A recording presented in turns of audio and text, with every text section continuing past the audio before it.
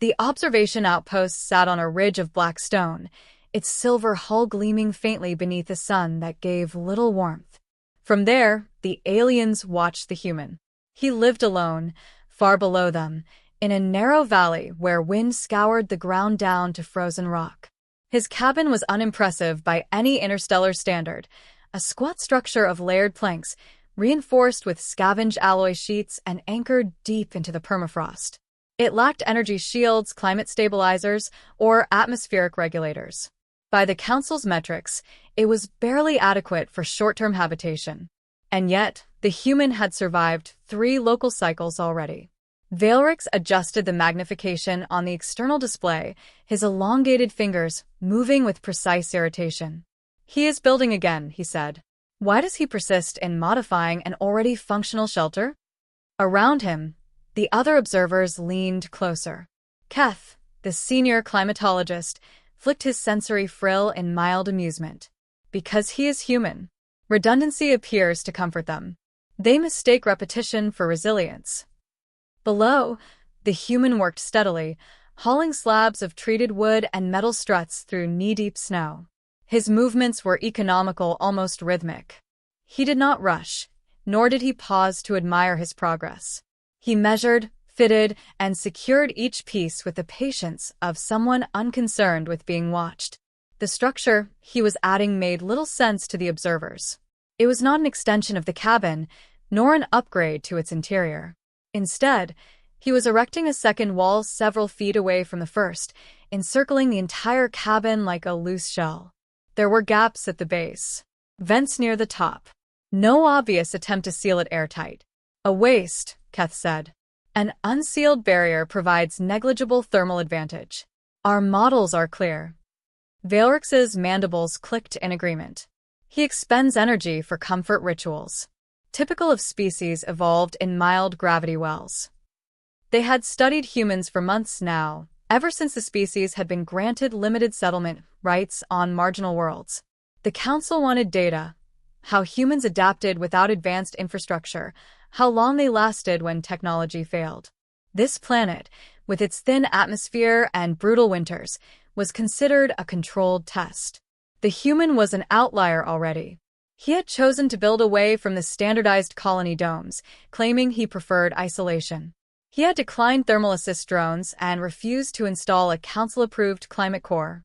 Instead, he relied on layered clothing, combustion heat, and architecture that seemed crude but deliberate. Now this second wall. Valrix recorded the construction, tagging it as a cultural anomaly. "When the seasonal storms arrive, this structure will fail first," he said. "The added surface area will increase heat loss." As if sensing the judgment above him, the human paused. He straightened slowly, resting his hands on his hips, and looked toward the ridge. The distance was too great for facial detail, but his posture conveyed awareness. Not fear, not defiance, simply acknowledgement. Then he returned to his work. He reinforced the corners of the outer wall, driving anchors deep into the frozen soil. He packed insulating material between certain panels, then deliberately left other sections hollow. Inside the cabin, he adjusted vents, checked seals, and tested the door mechanisms with a practice tug. The aliens noticed something else then. The human was not building in response to present conditions. The temperature, while cold, was within tolerable parameters. Winds were moderate, snowfall light. He was preparing for something that had not yet arrived. Keth brought up the long-range atmospheric projections. "There is a disturbance forming," he admitted, "but the probability curves suggest dissipation before landfall." Valrix waved a dismissive claw. "Even if it reaches the valley, our outpost is rated far beyond expected extremes. The human shelter is not." Hours passed. The second wall was completed just as the local light began to fade. The human tested it once more, then carried his tools inside. Smoke rose from a narrow chimney, steady and controlled. From the ridge, laughter rippled softly through the outpost. Not cruel, but confident. The observers had seen this pattern before. Species overestimating their ingenuity, assuming effort alone could compensate for ignorance. Valrix finalized his report entry. Human subject demonstrates inefficient construction behavior. Predictable failure under severe climatic stress. As he transmitted the data, a quiet alert chimed through the outpost. Keth's frills stiffened as he reread the incoming sensor feed. "Valrix," he said slowly, "the disturbance has intensified." Wind speed projections climbed. Temperature curves dropped sharply, far beyond previous records. The storm was no longer skirting the region. It was turning toward the valley. Below, the human's cabin lights dimmed as he reduced internal output, conserving energy. He did not look back at the ridge again. He sealed the inner door, then the outer one, stepping into the narrow space between the two walls he had built. The first snow of the blizzard began to fall, light as ash, carried on a wind that was only just beginning to find its voice. From the outpost, the observers watched in silence as the valley darkened, and for the first time since the study began, no one laughed. The wind arrived first as a whisper, then as a roar, carrying with it flakes the size of coins and a chill that burned before it touched. The valley transformed rapidly, the snow sweeping across the black stone like liquid silver, filling depressions, draping the cabin in white. The human did not rush. He had anticipated this. Inside, he moved deliberately. Between the walls, the narrow passage became a buffer zone. He checked the joints, pressed insulating panels firmly, and sealed the final vent. Every action was methodical, almost ritualistic. Heat stones glowed faintly on metal racks, radiating warmth into the interior air. A small convection device, powered by a simple thermal cell, circulated the heat efficiently. Outside, the storm's first gusts battered the second wall, testing it as if the planet itself sought to punish him for defiance. The structure held. Above, the alien outpost quivered under the initial assault. Energy shields strained as wind currents twisted unpredictably. Sensors alarmed in sharp sequences. Valrix and Keth hovered over the display, mandibles tightening. "Unexpected wind velocity," Keth muttered, scanning the telemetry. "The models failed. At this rate, our thermal equilibrium will collapse within hours." Valrix scowled. "Impossible. Our environmental calculations allow a 10% margin. Even accounting for topographical variances, this exceeds maximum projections." He tapped the console, adjusting theoretical stabilizers, but the readouts refused to obey. The human below, he is in the open. He will not last.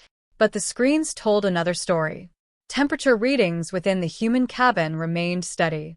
Minimal drift. No fluctuations beyond the human body's natural tolerance. The second wall, which Valrix had dismissed as absurdly inefficient, absorbed the brunt of the wind, creating a pocket of air between itself and the main structure. The outer wall shivered and groaned, but did not collapse. The inner wall stayed warm. Keth's frill twitched in astonishment. "How can a structure so rudimentary outperform our automated designs?" he asked, his voice pitched with disbelief. "He is not utilizing energy in a measurable sense. Yet, heat retention is higher than predicted." Valrix grunted, unwilling to admit surprise. He must have fortuitously accounted for turbulence and convection. There is no other explanation. But the human had done more than account for turbulence. He had worked with instinct honed through experience. The first wall served as the living boundary, the second, a silent shield against failure. Within the gap, air trapped by overlapping panels retained heat while allowing moisture to escape. Snow accumulated against the outer wall, but did not compromise stability. Small adjustments to venting redirected wind currents, reducing pressure on the inner wall. Each decision, small and deliberate, displayed a tacit knowledge that no theoretical model could replicate. Hours passed. Outside, the blizzard intensified. Visibility collapsed entirely. The aliens, initially detached observers, now found themselves in peril. Even their outpost, designed for extremes far beyond human tolerance, faltered. Thermal regulators struggled. Emergency power systems triggered sequentially, each failing faster than the last. Ice formed along inner corridors and condensation froze on display panels, obscuring readings. The cold had a cognitive effect as well, Alertness dulled, decision-making slowed, calculations lagged. Meanwhile, the human remained within his insulated haven. He adjusted the heat stones, redistributed weight in a small bunk to conserve body warmth, and checked provisions. Water had been frozen and thawed in cycles to avoid complete solidification. Rations were accessible and rationed with foresight. He moved with a calm efficiency that contrasted sharply with the faltering alien systems above. On the display, Veilrix and Keth watched as the human cabin's temperature graph remained almost constant. "Impossible," Veilrix repeated, jaw muscles taut. "He should not." The first panel of the second wall shuddered under a gust, and the human's hand steadied it with practiced pressure. He did not speak aloud. There was no need. Each action was precise, almost subconscious, a demonstration of accumulated knowledge rather than theoretical calculation. From the ridge, Keth's frill quivered with unease. "Perhaps we underestimated them," he admitted reluctantly. "Our predictions assumed maximum output efficiency. He does not follow our logic. He adapts differently, layering measures we would consider redundant." Veilrix leaned closer, scanning the data feeds. "Redundancy," he repeated, and the word tasted foreign. "The second wall, it absorbs failure before it reaches the living space." His mandibles clicked thoughtfully. I see. It is not inefficient. It is preemptive." The human, aware of the storm's intensity, did not pause. He adjusted a small flap at the top of the outer wall to prevent snow from seeping in. He replaced a worn strap securing a panel. Even as the wind howled, the structure flexed, bending rather than breaking, absorbing kinetic energy, dissipating it across joints he had reinforced days before. The storm worsened. Blinding sheets of snow slammed into the ridge, forcing the aliens to secure themselves behind bulkheads. They could no longer maintain uninterrupted monitoring. The cabin below, however, remained a beacon of stability. From within the insulated corridor between the walls, the human monitored the outside with calm eyes, hands resting briefly on the inner wall. His breaths were slow, controlled. He was not fighting the storm. He was enduring it. By nightfall, the blizzard's full force enveloped the valley. The outpost's shields were failing. Energy reserves were nearly depleted. Sensors that had once been reliable now flickered sporadically, overwhelmed by the storm. The aliens, once confident in their observation, found themselves confronted by vulnerability. And yet, the human remained warm. The second wall, once a subject of ridicule, was performing exactly as intended. It was a silent barrier, simple yet effective, absorbing what the outer world threw at it while protecting the inner sanctum. He had prepared for a challenge he could not predict but understood in principle, the inevitability of extreme conditions, the certainty of failure if precautions were insufficient. Keth exhaled audibly. "We may have misjudged the human." His voice lacked its former arrogance. "He does not rely solely on theory. He anticipates, he compensates. He survives." Veilrix said nothing. His sensors continued to feed data, but his analysis circuits struggled to process the anomaly. The human cabin, a crude wooden-metal hybrid, was outperforming sophisticated designs in the harshest conditions recorded on this planet in decades. The human, unseen and largely unknown to the observers, had not sought recognition. He had simply built a second wall. And now, as the blizzard raged around him, that simple act proved the difference between survival and defeat. Outside, the wind howled. Inside, the air was still. Layers of wood and metal, air and insulation, patience and foresight, held fast. The storm had arrived. The human was ready. From the ridge, the aliens watched. Their laughter had long since ceased. The blizzard had become a living thing, a roaring, icy leviathan that swallowed the valley in relentless white. The alien outpost, perched on its ridge, trembled under the assault. Inside, the corridors were slick with frost. Even reinforced panels bowed under wind pressure. Heat barely persisted in the main habitat chamber. Every automated system groaned and blinked warnings. Every reserve power cycle consumed precious energy. The human's rudimentary cabin, by contrast, appeared as an unremarkable speck beneath the storm, but within, warmth lingered, steady and consistent.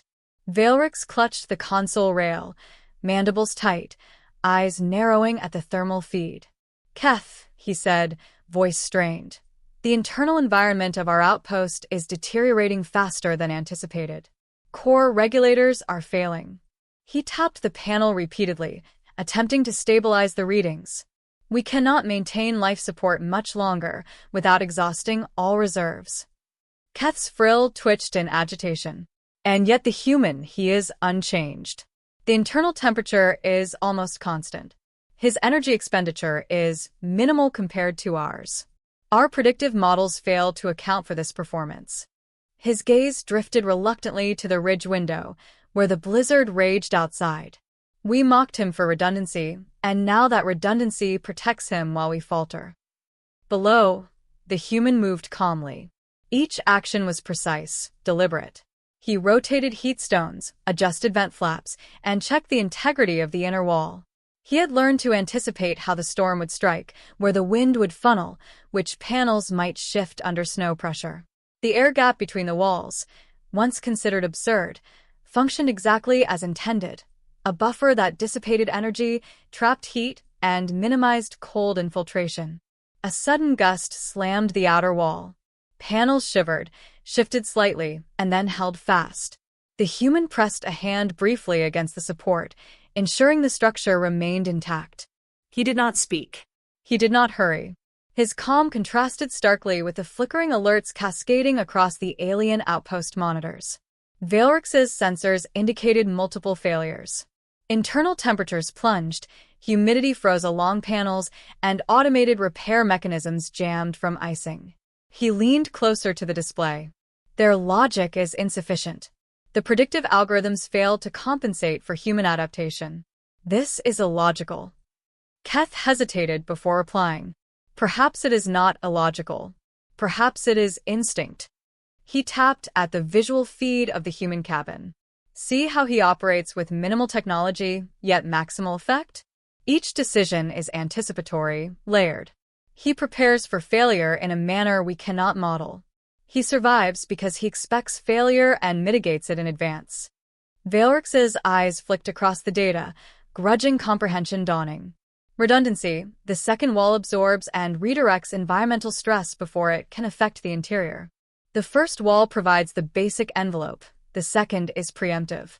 He does not fight the storm, he accommodates it."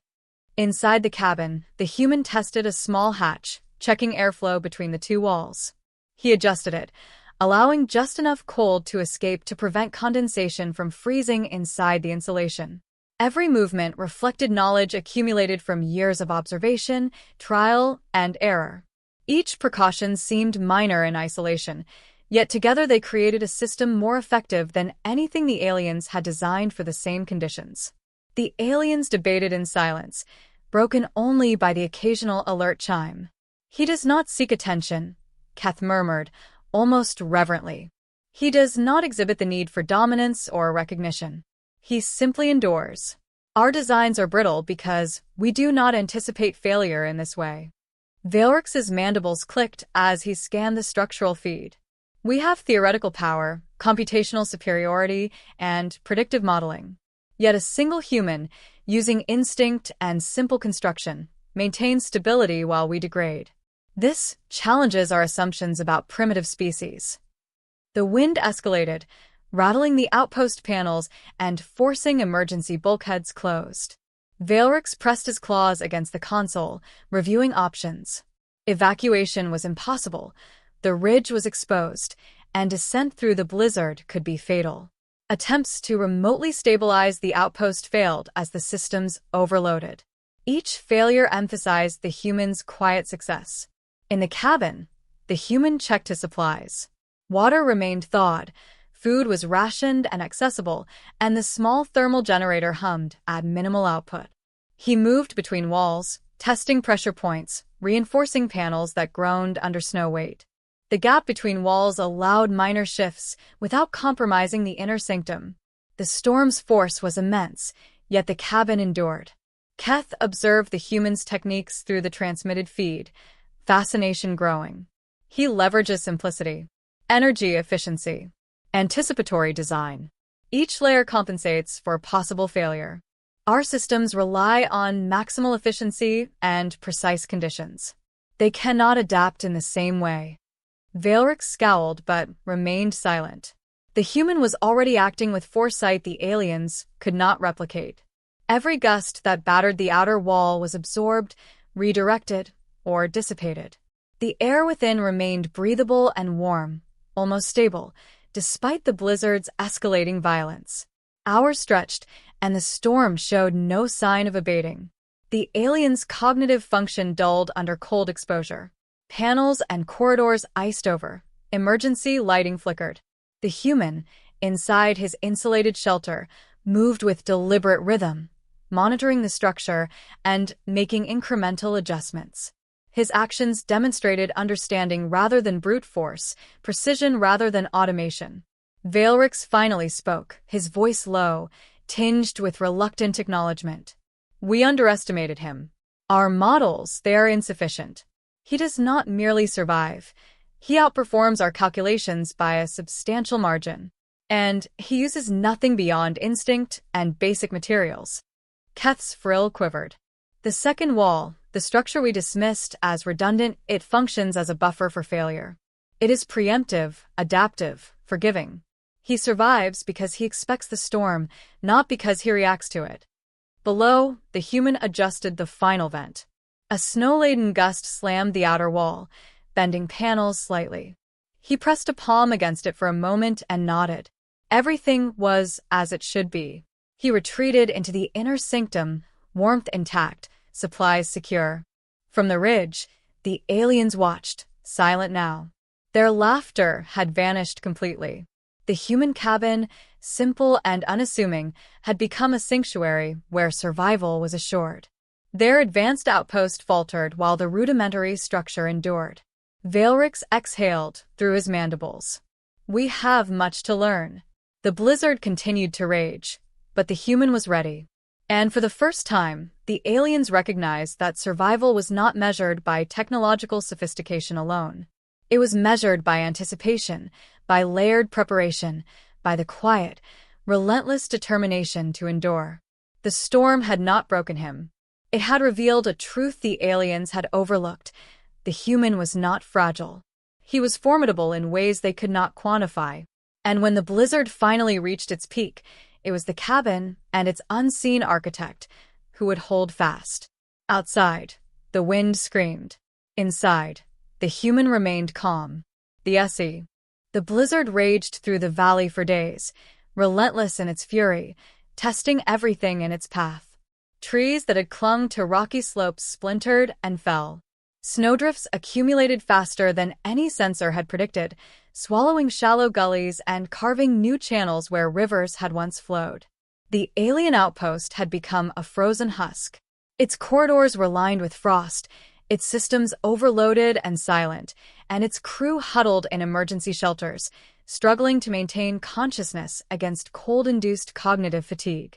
Below, the human cabin remained intact. From within, the warmth was constant, undisturbed. The second wall flexed and groaned under wind pressure, but it never yielded. The air gap trapped heat, snow piled against the outer surface, and the inner sanctum stayed secure. Every layer of the structure, every precaution he had taken, worked together in silent harmony. The human moved through the space calmly, adjusting small panels, checking the heat distribution, conserving energy, and rationing supplies. His body and mind were composed, attuned to the rhythm of survival rather than the chaos beyond. Above, Veilrix and Keth surveyed the scene with a mixture of astonishment and grudging respect. The thermal readings confirmed what their eyes already suggested. The human had endured, while their own outpost teetered on the brink of failure. He is extraordinary, Keth admitted, almost reverently. Not through technology, not through advanced calculations, but through layered understanding, anticipation, and adaptation. He expects failure, and he builds for it.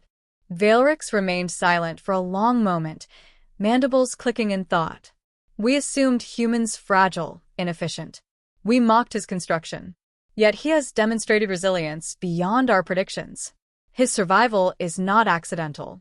It is deliberate. He tapped the console, sending a summary of observations to the council. Our evaluations of this species must be revised. They are capable of more than theoretical models suggest. They endure where we falter. The human, unaware of the discussions above, checked his supplies once again. Food and water were secure, rations measured, warmth maintained. He did not need recognition, nor did he require praise. His focus was singular: endure the storm until it passed. The simplicity of his approach belied the complexity of thought behind it. Each layer of protection, each calculated redundancy, was designed not for comfort, but for survival. The first wall contained, the second wall buffered, and the space between absorbed uncertainty. By the fourth day, the storm began to abate. Winds dropped slightly, snow fell less heavily, and the valley emerged from the thick white haze. The alien observers ventured outside cautiously, stepping into a landscape transformed. Their outpost had sustained structural damage. Emergency shelters were compromised. Systems that had been relied upon for survival had failed under pressure. For the first time, the humans below had not only endured but stood unbroken. Valrix and Keth approached the cabin carefully, their sensors scanning for any sign of instability. The second wall, intact but dusted in snow, seemed almost impervious. The human emerged from the inner sanctum, dusting off snow and adjusting the outer flap of the second wall. He looked toward the ridge, acknowledging the observers with a nod. There was no arrogance, no triumph in his posture. He simply stood, composed, prepared to continue. The aliens stepped inside, hesitantly at first. Their sophisticated suits and regulators still struggled with residual frostbite and cold exposure. They noticed the modest comforts of the cabin: heat stones radiating steady warmth, insulated panels maintaining internal air, provisions neatly arranged. Nothing was extravagant. Nothing was unnecessary. Everything functioned in service of survival. Keth exhaled, frill vibrating with recognition. He did not fight the storm. He prepared for it. Every layer accounted for failure, every measure anticipated risk. This is ingenuity born of necessity. Valrix nodded, slowly, still grappling with the shift in perspective. We relied on technology, on predictive calculations. We did not anticipate the human capacity to endure through foresight, adaptation, and layered resilience. It is humbling. He paused, scanning the walls of the cabin. The second wall, the one we mocked, has proven its purpose. It is not redundant. It is essential. The human spoke for the first time since the storm began, his voice calm, precise. The first wall protects you from the immediate threat. The second wall protects you from what you cannot predict. One is comfort, the other is insurance against failure. His eyes met theirs evenly. If you survive, you learn. If you prepare for what you do not understand, you endure. For a long moment, silence filled the cabin. Outside, the valley was a blank canvas of white, strewn with evidence of the storm's destruction. Inside, warmth persisted. The aliens, who had once looked down on humans as primitive and inefficient, began to understand a principle they had underestimated. Survival was not about superior technology alone. It was about foresight, redundancy, and an intimate knowledge of one's environment. Valrix recorded his final observations for the council. Humans are capable of extreme endurance in environments deemed hostile. They survive through layered precaution, anticipatory design, and strategic redundancy. Their simplicity masks extraordinary efficiency. They adapt where our calculations fail. Keth added, quietly, "We laughed at the second wall. It has become our lesson. The human mind anticipates what our models cannot. The human body endures what our suits cannot. And the two together achieve what is impossible to predict." Outside, the sun began to pierce the dissipating clouds, casting long shadows over snowdrifts and fractured terrain. The cabin stood resolute, a beacon of survival in a hostile world. The human, ever methodical, began checking the outer panels, already planning improvements, refining the design, ensuring readiness for the next storm. He did not boast. He simply prepared. The aliens watched, no longer with derision, but with a growing respect that bordered on awe. They had come to study a supposedly fragile species, only to discover a principle far older than technology, that preparation, foresight, and the willingness to endure beyond expectation were the true measures of strength. The valley was silent save for the whispering wind, now tempered after the storm's peak. The human returned to the inner sanctum, warmth intact, provisions secure, plans forming quietly in his mind. The second wall, once the subject of mockery, now stood as proof of human resilience, simple, layered, and unfailing. And high on the ridge, Valrix and Keth recorded their final assessment. No longer just observers, they had learned. The human had not simply survived. He had endured in a manner that demanded respect, a lesson in patience, preparation, and the quiet power of layered ingenuity. The storm had ended. The alien's laughter had vanished. And the human, unassuming and prepared, remained the master of his environment, ready for whatever came next.